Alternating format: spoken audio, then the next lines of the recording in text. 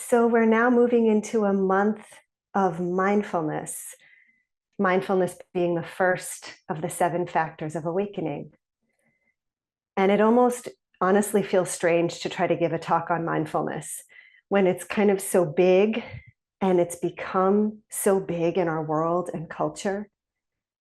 And in some ways, the word almost feels as if it's lost its meaning because it's so ubiquitously used. And so this really feels like an opportunity together this month to pause and really feel into what mindfulness is so that we can kind of get away from the concept and the bigness of that, and certainly away from any pressure or disconnect that that might bring, so that we can have a really living exploration of what this means. And I think trying to approach this idea of mindfulness with beginner's mind really fits with the Buddha's invitation of ehipassiko, right? Come and see for yourself. Don't take my word for it. So as I offer some definitions, phrases, words, just really stay connected in the body and heart. Maybe notice the mind and see what most resonates for you. What might really bring this alive for you? Many of you probably know that the Pali word for mindfulness is sati, which really means being able to remember or remembering where we're supposed to be, coming back to the present. And Susan often uses the phrase, remembering to remember.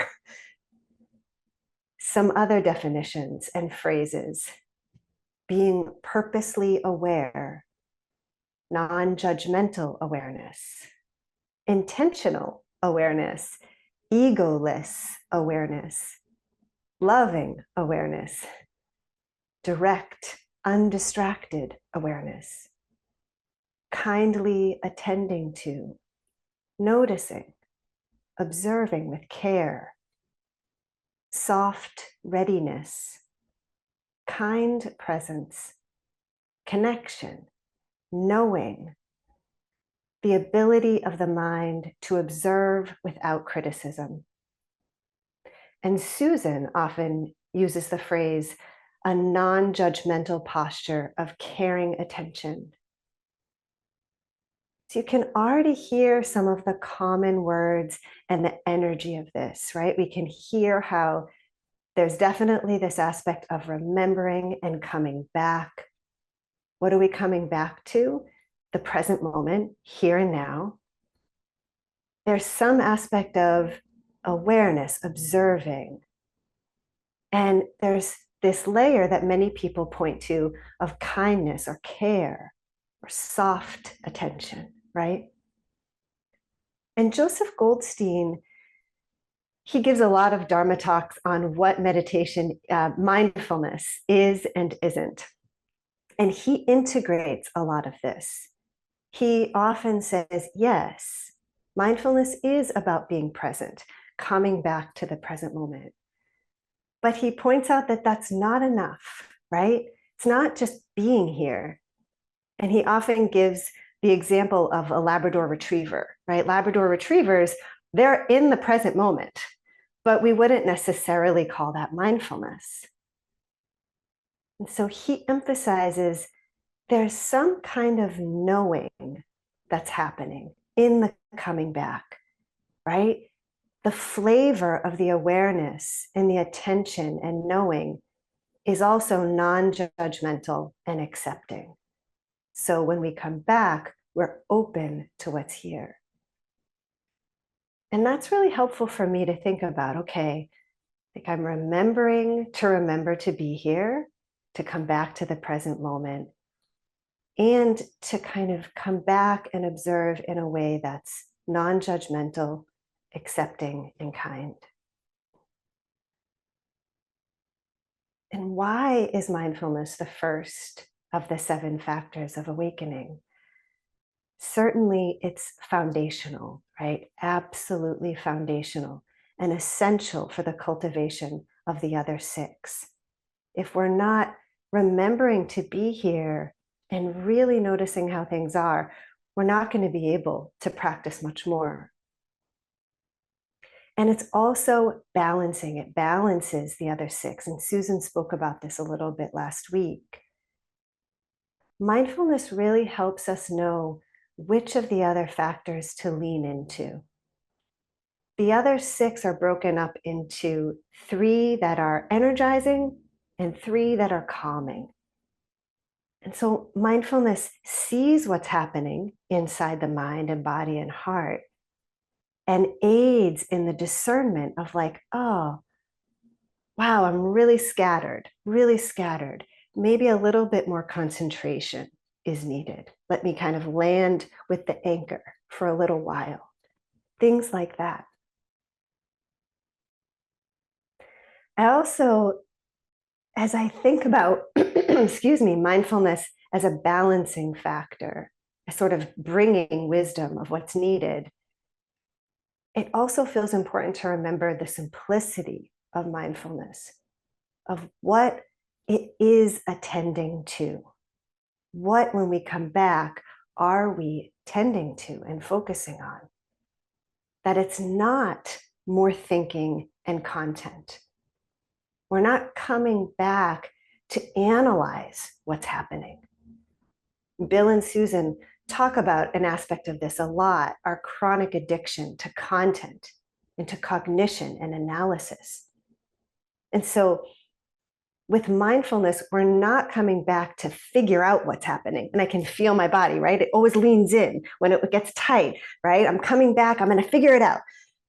It's not to add more layers of meaning and interpretation, quite the opposite. We're coming back to the bare experience of the mind, body, and heart, apart from the meaning that our mind creates about that.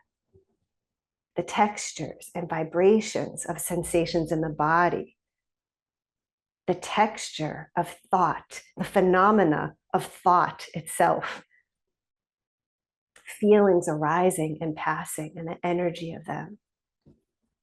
And the Buddha talked about this directly. He defined right mindfulness as meaning that someone remains focused on the body in and of itself, remains focused on feelings in and of themselves, the mind in and of itself, mental qualities in and of themselves, ardent, alert, and mindful, putting aside greed and distress with reference to the world. This is called right mindfulness. Thanissaro Bhikkhu helps us. He explains his understanding of what this means. He says, it means taking the body, for example, as a body without thinking about it in terms of what it means or what it can do in the world. It could be either good or bad looking, strong or weak, agile or clumsy, all the issues we tend to worry about when we think about ourselves. The Buddha says to put those issues aside. Just be with the body in and of itself, sitting right here. The sensation of bodiness, he says, that you're sitting with, that's your frame of reference. Try to stay with it. Keep bringing the mind back to the sense of the body until it gets the message and begins to settle down. So this is mindfulness. Remembering to come back and be aware of what's actually happening, the bare experience. That is really how wisdom about the nature of life can arise. We start to see impermanence. We start to see things changing. And so it's a simple but really difficult practice, right? And of course, in the process, we're going to come up against all of our layers of meaning and ideas and reactions to what's happening. And we can slow down and be mindful of that as well. And in our exploration of mindfulness this month, it feels important to also see each of us what brings us into it, what allows us to remember and come back. Maybe there are certain phrases or words in the definitions I shared that really resonate for you. Even just a simple phrase, remembering to remember, or Susan's phrase of a non-judgmental posture of caring attention. Maybe there are poems or images like the Buddha sitting under the Bodhi tree. And for me, one way that I really remember to be mindful is most through my connection with nature, and especially with trees.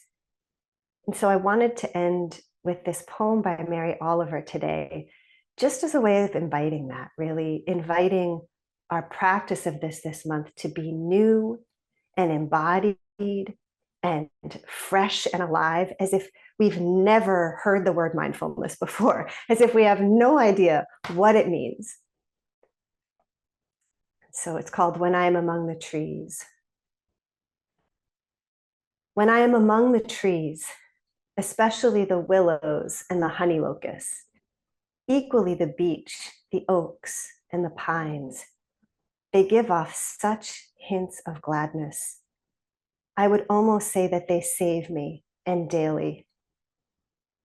I am so distant from the hope of myself, in which I have goodness and discernment, and never hurry through the world, but walk slowly and bow often.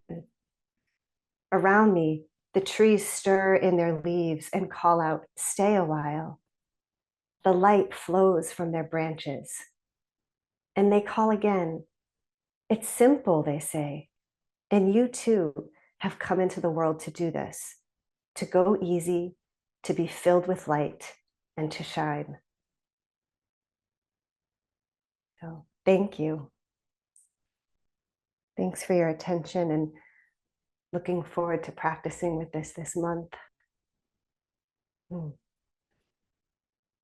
So let's take some time.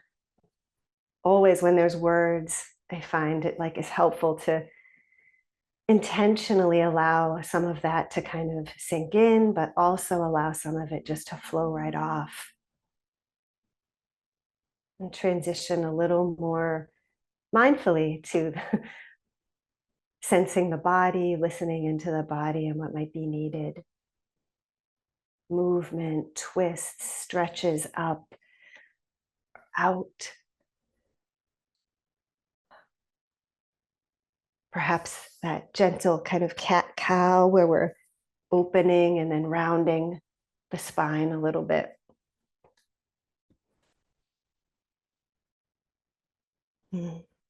Maybe tending to places in your body that tend to absorb and hold tension, like the neck, shoulders.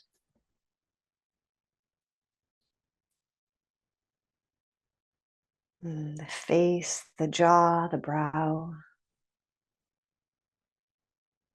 the belly.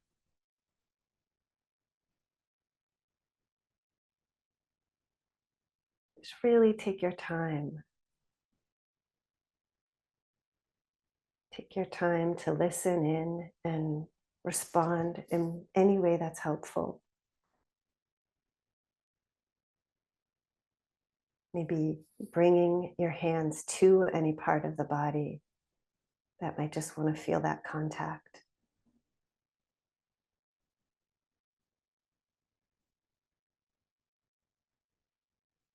And inviting a really gradual sense of landing and arriving.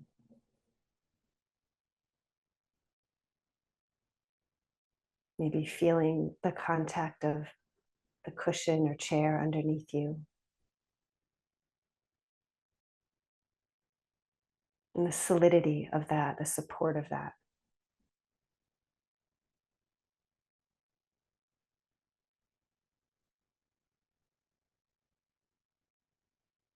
And the bare experience of the body, sitting and breathing.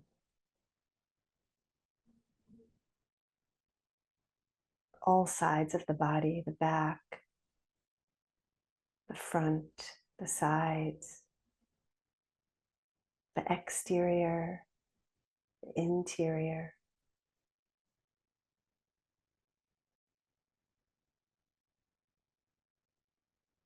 Maybe noticing that the breath is moving.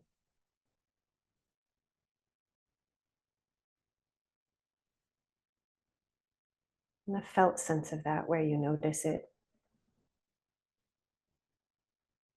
the temperature of the breath.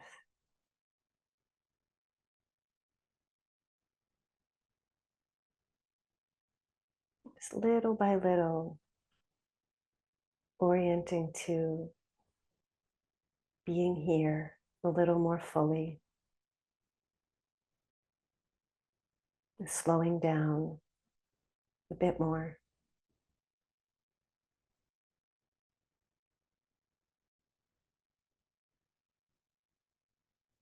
Perhaps allowing the attention, the mind to rest with the anchor of the breath or sounds.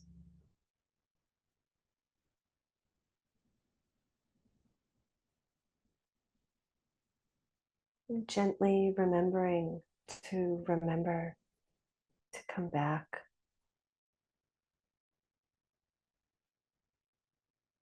And to come back to just what's happening.